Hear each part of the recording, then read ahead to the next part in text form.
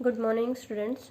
Today we will study about the electrode potential. Last lecture में हमने पढ़ा था कि सॉल्ट ब्रीज क्या होता है, उसके फंक्शंस क्या होते हैं, जो भी इलेक्ट्रोलाइट हमने यूज़ किया था या फिर सॉल्ट ब्रीज में उनकी जो कंडीशंस थी वो हमने स्टडी की थी। आज हम स्टडी करेंगे कि इलेक्ट्रोड पोटेंशियल होता क्या है। जो इलेक्ट्रोकेमिकल शेल में हम जो इलेक्ट्रोड्स वहाँ पे यूज़ करते हैं, देन जो पोटेंशियल अराइज होता है, वो पोटेंशियल कैसे अराइज होता है, वो होता क्या है, वो आज हमें स्टडी करना है।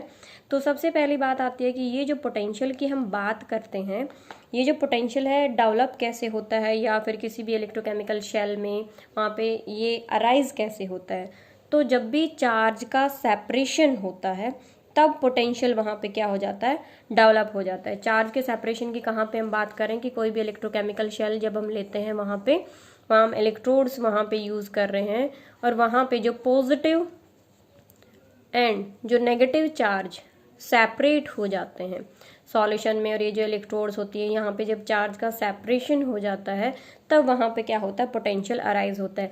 लेकिन ये जो चार्ज सेपरेशन की हम बात कर रहे हैं, ये जो चार्ज है वो अपने आप सेपरेट नहीं होते, इन चार्ज को सेपरेट करना पड़ता है, और जो वर्क चार्ज को सेपरेट करने में लगता है वो एनर्जी के इक्वल होता है।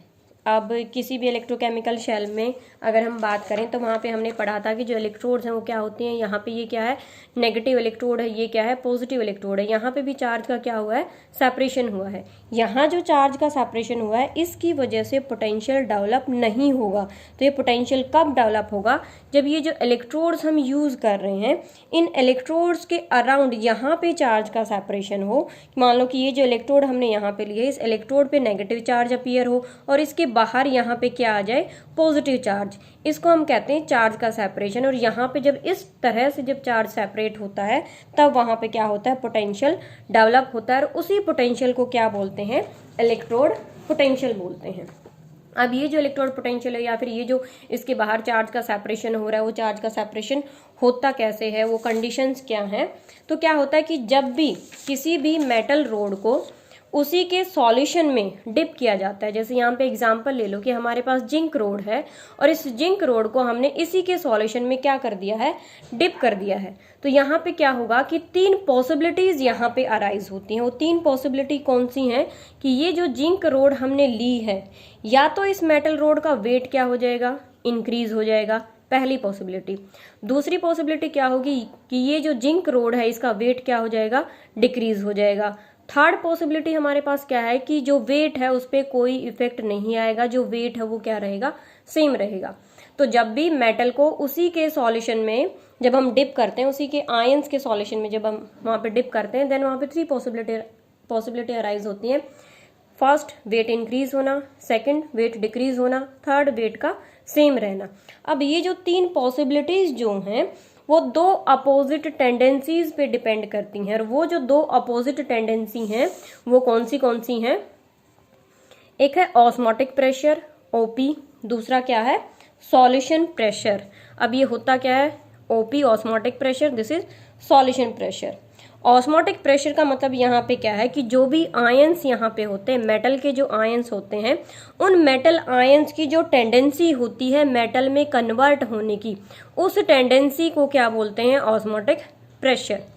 और सॉल्यूशन प्रेशर की अगर हम बात करें तो यहाँ पे जो भी मेटल होती है उस मेटल की जो टेंडेंसी होती है मेटल आयन में कन्वर्ट होने की, उस टेंडेंसी को क्या कहते हैं, सॉल्यूशन प्रेशर।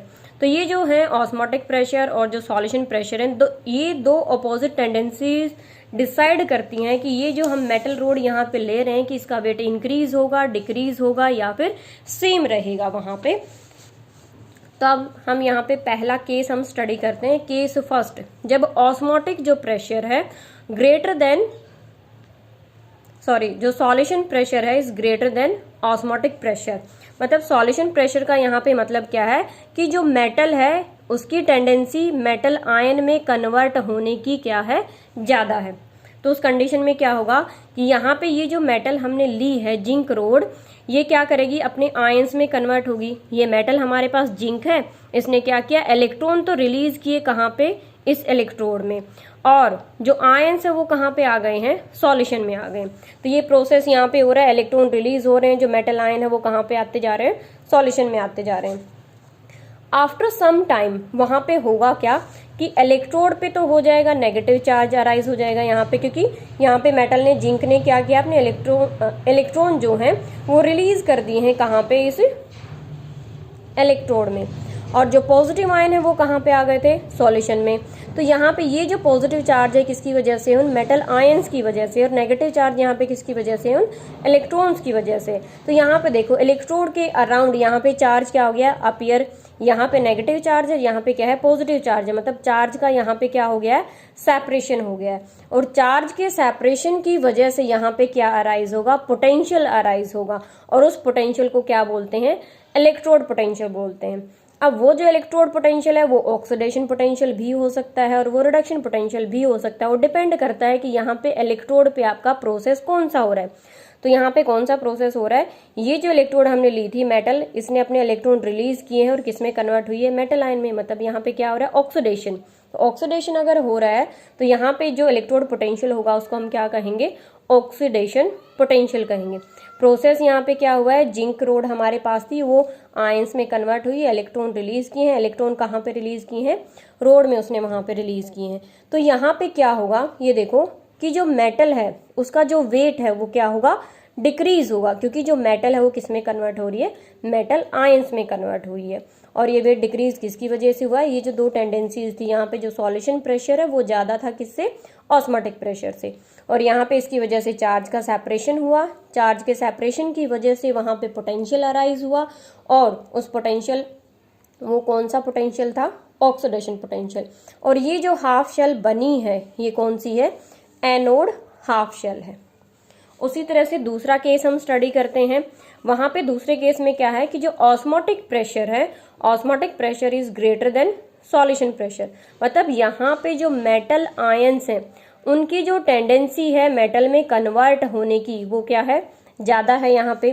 तो यहाँ पे क्या होगा, यहाँ हमने क्या लिया है, कॉपर रोड ली है और उसको डिप कर दिया है उसी के आयन के सॉल्यूशन में। तो यहाँ पे क्या प्रेजेंट है, कॉपर 2 पॉजिटिव आयन है, और यहाँ पे ऑस्मोटिक प्रेशर ज्यादा था, इसलिए ये जो कॉपर 2 आयंस यहाँ पे हैं क्या करेंगे, इस इलेक्ट्रोड से इलेक्ट्रॉन गेन करेंगे और किस में कन्वर्ट हो जाएंगे, कॉपर में कन्वर्ट हो जाएंगे। क्योंकि इन्होंने यहाँ से इलेक्ट्रॉन ले लिए हैं तो यहाँ पे इस इलेक्ट्रोड पे क्या बचेगा, पॉजिटिव चार्ज बचेगा। और सॉल्यूशन में से जो पॉजिटिवली चार्ज आयन है वो क्या हो गए, कम हो गए। तो सॉल्यूशन में कौन सा चार्ज बचेगा, नेगेटिव चार्ज बचेगा। तो आफ्टर सम टाइम यहाँ पे होगा क्या कि जो इलेक्ट्रोड है उस पे तो क्या आ गया है, पॉजिटिव चार्ज, और बाहर सॉल्यूशन में क्या हो गया है, ये नेगेटिव चार्ज आ गया है यहाँ पे। तब इसकी वजह से क्या हुआ, देखो यहाँ पे चार्ज का सेपरेशन हो गया, यहाँ पे पॉजिटिव चार्ज और यहाँ पे क्या है, नेगेटिव चार्ज है। चार्ज का सेपरेशन हो गया, मतलब यहाँ पे क्या हो गया, पोटेंशियल अराइज हो गया है, और उस पोटेंशियल को हम क्या कहते हैं, इलेक्ट्रोड पोटेंशियल। अब ये पोटेंशियल है कौन सा, ये रिडक्शन पोटेंशियल है या फिर ऑक्सीडेशन पोटेंशियल है। तो यहाँ पे प्रोसेस देखो कौन सा हो रहा था कि जो कॉपर आयन है उन्होंने इलेक्ट्रॉन गेन किया है और वो किस में कन्वर्ट हुआ है, कॉपर में। मतलब कॉपर आयंस क्या हो रहे हैं, रिड्यूस्ड हो रहे हैं। यहाँ पे क्या हो रहा है, रिडक्शन हो रहा है। तो यहाँ पे जो पोटेंशियल अराइज होगा उसको क्या कहेंगे, रिडक्शन पोटेंशियल।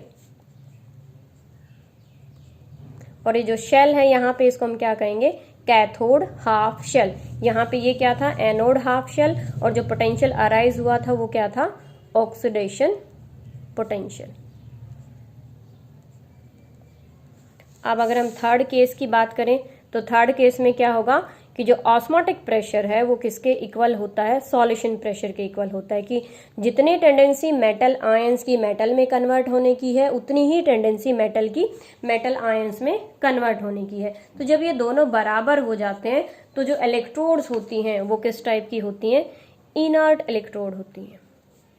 ये सेकेंड लेक्चर में भी हमने पढ़ा था कि इनर्ट इलेक्ट्रोड हम प्लेटिनम यूज करते हैं। तो प्लेटिनम को एज ए इनर्ट इलेक्ट्रोड क्यों यूज किया जाता है, तो उसके लिए मैंने आपको बताया था कि वहां पे ये जो इलेक्ट्रोड्स होते हैं इनका जो ऑस्मोटिक प्रेशर होता है वो सॉल्यूशन प्रेशर के इक्वल होता है, इसलिए ये जो है रिएक्शन में पार्ट नहीं लेती हैं। जो इलेक्ट्रोकेमिकल शेल में जो रिएक्शंस होती हैं उसमें कोई पार्ट नहीं लेती हैं, इसलिए ये जो इलेक्ट्रोड्स होती हैं वो कैसी होती हैं, इनर्ट इलेक्ट्रोड होती हैं। और यहाँ पे जो इलेक्ट्रोड्स हमने यूज की थी, जिंक रोड है या फिर कॉपर रोड है, यहाँ पे ऑक्सीडेशन या फिर रिडक्शन हो रहा है, या फिर आप कह सकते हो कि जो वेट है डिक्रीज हो रहा है और एक का वेट क्या हो रहा है, इंक्रीज हो रहा है। तो जब इलेक्ट्रोड्स का वेट इंक्रीज या डिक्रीज होता है देन उनको कहते हैं क्या, एक्टिव इलेक्ट्रोड्स, एक्टिव इलेक्ट्रोड्स। और जब थर्ड केस जो हम पढ़ रहे हैं, जब ऑस्मोटिक प्रेशर किसके इक्वल होता है, सॉल्यूशन प्रेशर के इक्वल होता है, देन वेट क्या रहता है, सेम रहता है, और उन इलेक्ट्रोड्स को क्या कहते हैं, इनर्ट इलेक्ट्रोड कहते हैं। अब क्या होता है कि ये जो चार्ज यहाँ पे अराइज हुआ था, चार्ज का जो सेपरेशन हुआ था, इस कंडीशन में हमारी जो इलेक्ट्रोकेमिकल शेल है वो काम नहीं करती है। तो इस चार्ज को हटाने के लिए जो सॉल्ट ब्रिज है उसका यूज किया जाता है। सॉल्ट ब्रिज का यूज करके जो पॉजिटिव या नेगेटिव चार्ज अराइज हुआ था उनको क्या किया जाता है, न्यूट्रलाइज किया जाता है। अब यहाँ पे देखो हमारे पास दो हाफ शेल है, एनोड हाफ शेल है और क्या है, कैथोड हाफ शेल है। इन दोनों हाफ शेल को वायर से कनेक्ट कर दिया जाता है और बीच में ऐड क्या कर दिया जाता है, इसमें सॉल्ट ब्रिज इसमें डाल दिया जाता है। तो जो सॉल्ट ब्रिज है उसका सबसे पहले काम क्या होगा कि दोनों शेल के बाहर ये जो चार्ज अपीयर हुआ है उसको न्यूट्रलाइज करेगा, जिसकी वजह से इलेक्ट्रॉन का फ्लो शुरू होगा। और इलेक्ट्रॉन का फ्लो शुरू होते ही क्या होगा, इलेक्ट्रोकेमिकल शेल आपका क्या करेगी, काम करना शुरू कर देगी। बट यहाँ पे चार्ज का सेपरेशन हुआ था और उसकी वजह से पोटेंशियल यहाँ पे डेवलप हुआ है। उसी पोटेंशियल को क्या बोलते हैं, इलेक्ट्रोड पोटेंशियल बोलते हैं इसको। अब ये जो आपका इलेक्ट्रोड पोटेंशियल है, इसको कुछ एक फैक्टर्स होते हैं जो इफेक्ट करते हैं। जो रिडक्शन पोटेंशियल है या फिर जो ऑक्सीडेशन पोटेंशियल है, कौन से फैक्टर्स हैं जो इसको इफेक्ट कर सकते हैं इलेक्ट्रोड पोटेंशियल, कि उन फैक्टर्स की वजह से जो इलेक्ट्रोड पोटेंशियल है इंक्रीज या फिर डिक्रीज हो सकता है। फर्स्ट जो फैक्टर है वो है आपका nature of metal, nature of metal and ions, कि जो भी मेटल हम यूज कर रहे हैं, यहाँ पे हमने जिंक यूज की है या फिर कॉपर यूज की है, और उसके जो आयंस है उनका नेचर कैसा होता है। सेकंड, कंसंट्रेशन ऑफ आयन, जो आयंस हम यहाँ पे यूज करें उनकी कंसंट्रेशन ज्यादा है या फिर कम है। Third, temperature of the experiment, कि जहाँ पे हम काम कर रहे हैं, जो एक्सपेरिमेंट हम कर रहे हैं उसका टेम्परेचर ज्यादा है या फिर कम है। ये तीन फैक्टर्स हैं जिन पे इलेक्ट्रोड पोटेंशियल डिपेंड करता है, या फिर ये तीन फैक्टर क्या करते हैं, इलेक्ट्रोड पोटेंशियल को इफेक्ट करते हैं। उनमें से ये दो जो फैक्टर हैं ये हैं वेरिएबल, मतलब कंसंट्रेशन भी चेंज हो सकती है, टेम्परेचर भी वहाँ पे चेंज हो सकता है, तो उसकी वजह से जो इलेक्ट्रोड पोटेंशियल है वो भी क्या हो सकता है, चेंज हो सकता है। बट ये जो नेचर ऑफ मेटल है या फिर जो आयन है, ये जैसे अगर हम आयरन वहाँ पे ले रहे हैं, आयरन के आयन हम ले रहे हैं, उनके लिए जो इलेक्ट्रोड पोटेंशियल है वो क्या होता है, फिक्स होता है। जिंक के लिए फिक्स होता है, कॉपर के लिए फिक्स होता है। तो एक पर्टिकुलर मेटल के लिए जो इलेक्ट्रोड पोटेंशियल की जो वैल्यू होती है वो फिक्स होती है। बट कंसंट्रेशन अगर हम चेंज कर रहे हैं या फिर टेम्परेचर अगर चेंज कर रहे हैं, उस कंडीशन में जो इलेक्ट्रोड पोटेंशियल है वो क्या हो जाता है, चेंज हो जाता है। तो उस इलेक्ट्रोड पोटेंशियल में कंसंट्रेशन या टेम्परेचर की वजह से क्या चेंज आता है वो हम स्टडी करेंगे अपने नेक्स्ट लेक्चर में। Thank you and have a nice day.